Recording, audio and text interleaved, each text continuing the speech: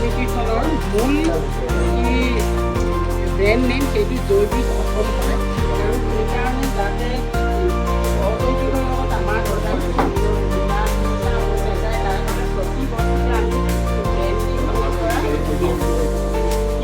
দিয়া ব্যৱস্থা কৰিছোঁ যাতে গ্ৰাহকে তাক ট্ৰেচেবল কৰি চাব পাৰে যে জৈৱিক হয় নে নহয়।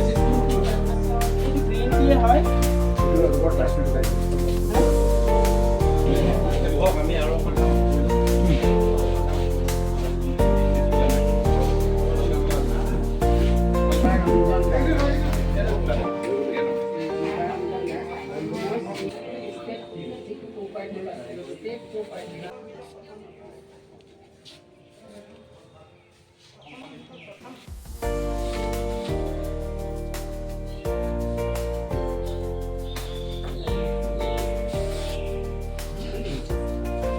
জানিবলৈ আমাৰ জানিব লাগিব। গতিকে এইটো নহয় মই অৰ্গেনিক কৰিছোঁ কাৰণে মই একো মাৰিবই নোৱাৰোঁ। মই মাৰ্কেটিঙৰ বিষয়ে এতিয়া এই মাৰ্কেটিংটো কিহৰ কাৰণে জৰুৰী যে আমি যদি দুপইচা পাওঁ, আমি যদি নিজৰ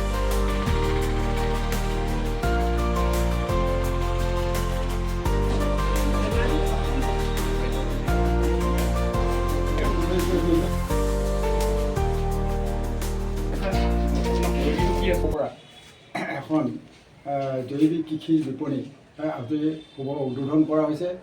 আশা ৰাখিছোঁ সমগ্ৰ অসমতেই 11খন জিলাত আমি এইদৰে আমি বিপণী খুলি আমি অসমৰ জৈৱিক যিটো ধাৰা, জৈৱিকৰ যিখিনি ধাৰা এইখিনি আমি বোৱাবৰ কাৰণে প্ৰচেষ্টা হাতত লৈ আছোঁ। আজি 2018 চনৰ পৰা লাগিছোঁ লাগি আজি এই পৰ্যায়ে পাইছেই। আশা ৰাখিছোঁ আমি ছাকচেছ হ'ম। প্ৰত্যেকজন কৃষকৰে নিজৰ নিজৰ ইউজাৰ আই ডি আছে। আমাৰ তাতে যিটো ৱেবছাইট আছে তাত কনফিডেঞ্চিয়েল ইনফৰমেশ্যন বুলি এটা ছাইট ব্লগ আছে। তাত গৈ আই ডি নম্বৰ ট্ৰেচেবল কৰিলে প্ৰডাকশ্যনটো অৰ্গেনিক হয় নে নহয়, কৃষকজনৰ প্ৰডাকশ্যনটো অৰ্গেনিক হয় নে গম পাব।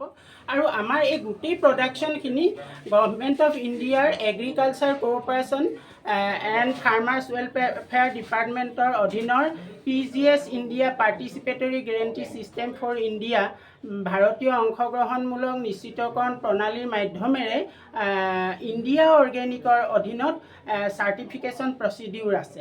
আৰু বিপণীখন জৈৱিক বিপণী হোৱাৰ কাৰণে ভালে পাইছোঁ বা আমি নিজেও এতিয়া জৈৱিক খেতিৰ কাৰণে আমি আগবাঢ়ি আহিছোঁ আৰু কৰিছোঁ তেনেকৈ।